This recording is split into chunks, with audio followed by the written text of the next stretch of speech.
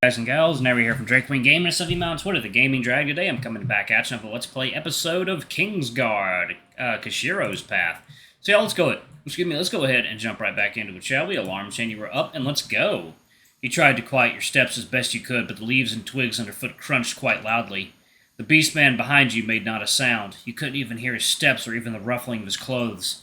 Where the others had gone you didn't know, likely still nearby, or if they perceived you as a threat, searching for others that may have been with you. You moved your hand down at your side, but you realized you still didn't have your blade. Something sharp poked you in the crook of your back. Do not get so hasty as to think you can harm me, human. He shoved you forward again, and you were urged on at a faster pace. The trees gave way to a much thinner variety, and you were soon struck with a strange sense of déjà vu. Wherever you went, you were somehow familiar with it, though that should have been impossible given that you never left the capital. You peered around, taking in the sights, hoping to find something to spark your memory, but all you got was another prod to the back. Eyes forward! Despite him breathing down your neck, you nearly forgot he was right behind you. His steps made no sound. He was like your shadow, always there but mostly forgotten. You did as he said, grumbling under your breath. Out of the corner of your eyes, you spotted some motion among the trees, more eyes glaring at you from in the dark, likely the remaining ruffians. Keep moving! The huge beastman behind you gave you another push when you started to slow down again. It took all of your will not to turn around and put a fist to his face, but you knew you would instantly regret it. These beastmen seemed like the bandits you heard about in fairy tales. Woodland beasts that took away naughty children in the night, cooked them into a soup, and then gnawed on their bones for dessert.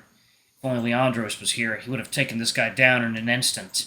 Soon the trees gave way, and you knew exactly why this déjà vu seemed so familiar to you. You couldn't help yourself as you stopped so suddenly and your eyes went wide. Every detail rushed into your mind. The forest behind you, the gate in front of you, the two beastmen now glaring at you standing guard, and all that was behind closed doors. The beastman pushed you hard, sending you to your knees and nearly eating dirt. I said to keep walking. Now get up! You wiped the dirt from your face and stared up at him with a scowl. Your blade was in his hand. If you could just reach out and take it back, you might have a chance at getting away. Still going to test me? Very well. Go on.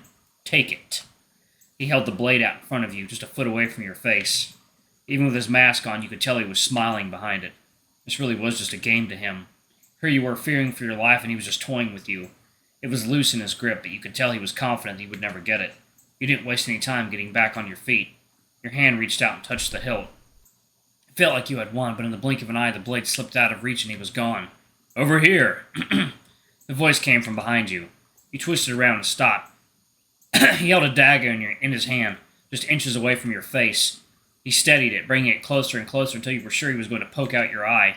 The blade vanished with a flick of his wrists and he backed off.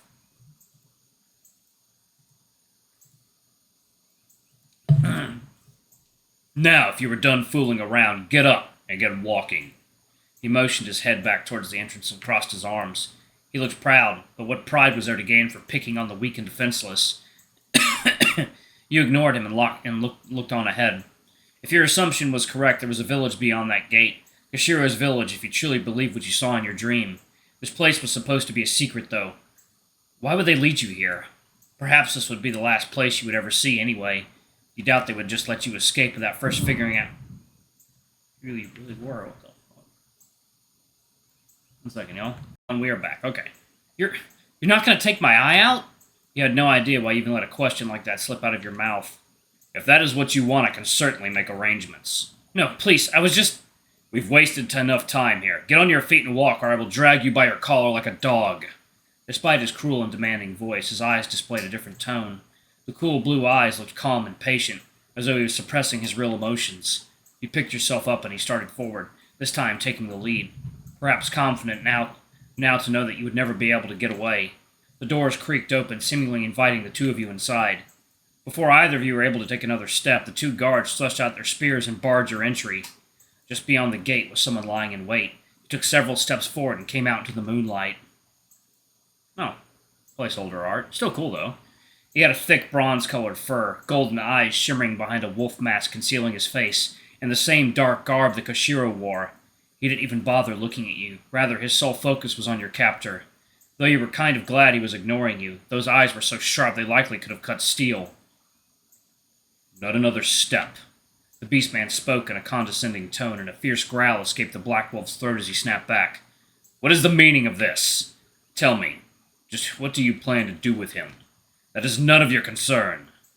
Both beastman's fur started to bristle, making their tails look twice as thick. It looked like they were already about to get into a fight, and you were a little too close for comfort. I know all about your little game, you know. You're not as crafty as you like to think. Makes me wonder what you are... I don't know what you are talking about. Oh, I think you do. The guard gave you a quick glance, and you saw a glint in his eye. Given the circumstance of these past few weeks, you don't think anyone hasn't been wary of you? Acting of your own accord, disobeying orders?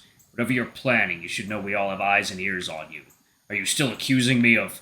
Take it as a warning. If you had half a mind, you would do as the elder informed and nothing more. Perhaps we may not have it all figured out yet, but the gods are always watching. If you turn out to be a traitor, well, I suppose we won't need to do anything at all. The gods themselves will see to your demise. Never forget, you are just as suspicious as him.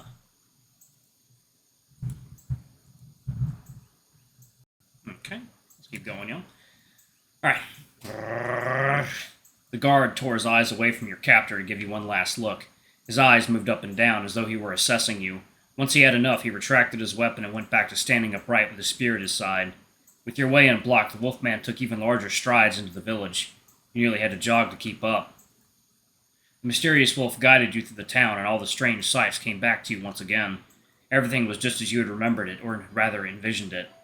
You wondered if perhaps you were still in a dream, still aboard the ship sleeping comfortably in your bed. When you pinched yourself, there was no sign of you waking up, other than the red mark now in your skin.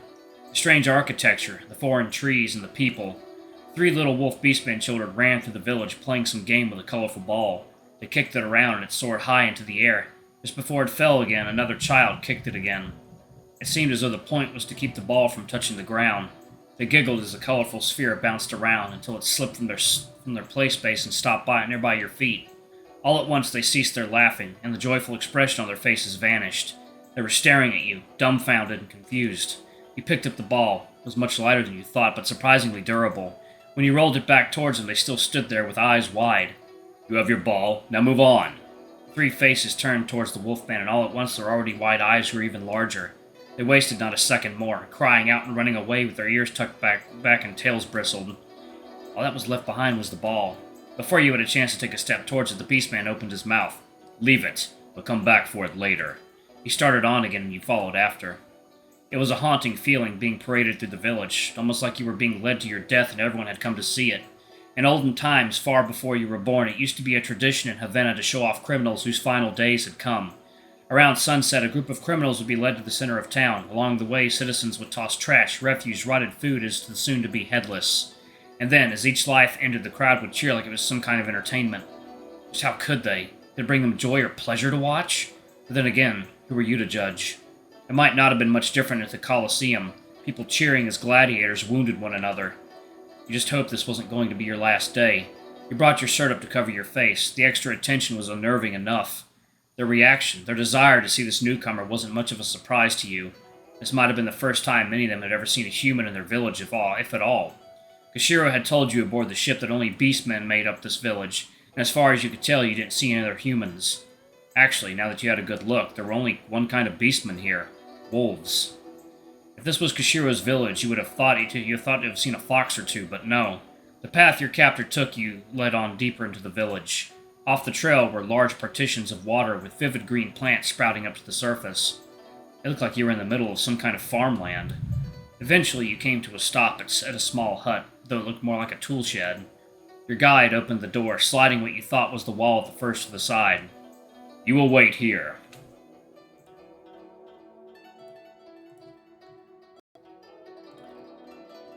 You stepped into the small single-room building and the beastmen followed. There wasn't much light except what filtered through small slits near the ceiling. Various tools lined the walls and pots and bags filled the corners. It was far from a guest room. There was no tea served. There wasn't even a place to sit. Now then, we shouldn't be bothered by anyone here. The beastman kept his back turned as he closed the door behind you, extinguishing what little light came in from outside. Perhaps this time you might be the one.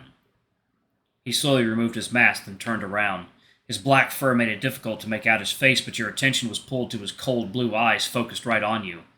But just to be sure, He outstretched a hand and took a step forward while you stumbled back. Don't move. Where's this place and why did you bring me here? You're in no position to be asking questions. Stay back! I don't think you understand the situation you are in here. If you truly value your life, you will do as I say. Now, hold still and it will all be over soon. Not until you tell me what's going on here! If this was supposed to be an interrogation, it certainly didn't feel like one. Back in Avena, one of Leandros' duties was to oversee the interrogation of criminals. He always told you that all of his responsibilities as captain of the guard, it was the one he hated most. While he never told you much about what happened behind the scenes, you could tell that any means were approved of to bring the truth to light, especially with criminals who committed atrocious acts. They were the ones who required the joint efforts of the kings and his council to pass judgment. When they entered the audience chamber to be brought before the king, looking bruised and bloodied, sometimes with lifeless and demoralized eyes, you could tell why Leandros abhorred such a task. Alright, y'all, I'm going to go ahead and pause it right there real quick. It's a little thundery outside. I'm just going to go ahead and cut the video short a little bit. Yeah, just so it doesn't cut off and I lose any progress that I made. Alright, thank y'all so much for watching. I love you all, and I'll see y'all in the next video. Bye-bye!